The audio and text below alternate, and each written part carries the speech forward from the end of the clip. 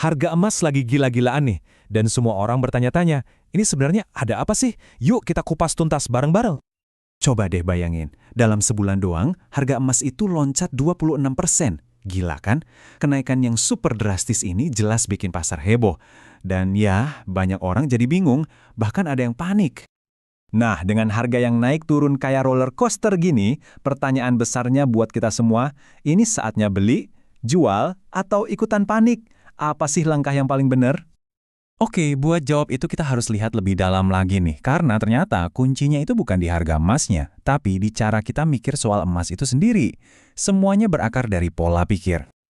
Nah, di sini nih kita bisa lihat ada dua kubu yang beda banget. Di satu sisi ada si pedagang. Dia ini geraknya karena FOMO, takut ketinggalan kereta, pengennya untung cepat.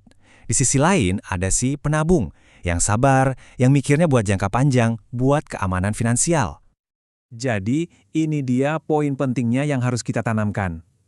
Emas itu bukan alat buat jadi kaya mendadak. Bukan. Tapi ini adalah cara supaya kita nggak jadi miskin. Paham ya? Ini soal melindungi apa yang udah kita punya.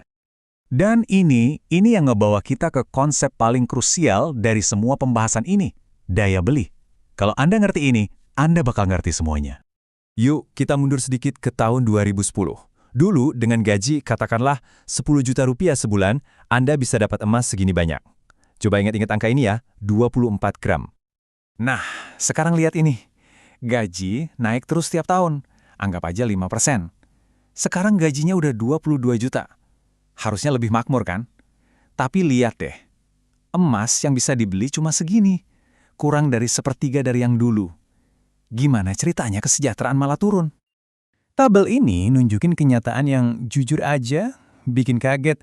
Kalau mau daya beli Anda sama kayak tahun 2010, gaji Anda itu harusnya naik 36% setiap tahun. Bukan 5%, tapi 36%. Kebayang nggak? Jadi, disinilah letak kesalahpahamannya. Masalah utamanya itu bukan emas yang makin mahal. Bukan. Masalahnya adalah uang kertas yang kita pegang, nilainya makin turun, makin lemah. Ini cerita tentang nilai uang kita yang tergerus. Oke. Kita udah tahu masalahnya. Sekarang, gimana solusinya?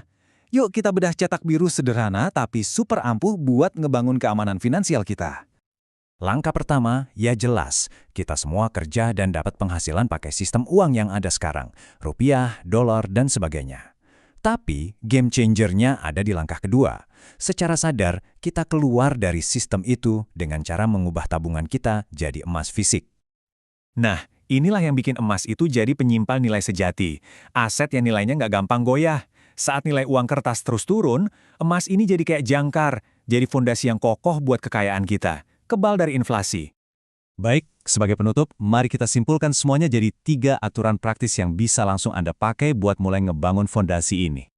Gampang kok, ingat aja 3 aturan emas ini. 1, begitu ada dana lebih, jangan ditunda, langsung ubah jadi emas. 2, lakuin secara konsisten dan rutin, nggak perlu nunggu banyak, sedikit-sedikit juga jadi bukit. Dan yang ketiga, ini paling penting, tahan, jual cuma kalau benar-benar ada kebutuhan mendesak, bukan karena lihat harga lagi naik atau turun. Nah, setelah kita bahas semua ini, saya mau ninggalin satu pertanyaan buat Anda renungkan. Menurut Anda pribadi, uang yang sejati itu apa sih? Apa yang nilainya benar-benar bertahan, nggak lekang oleh waktu?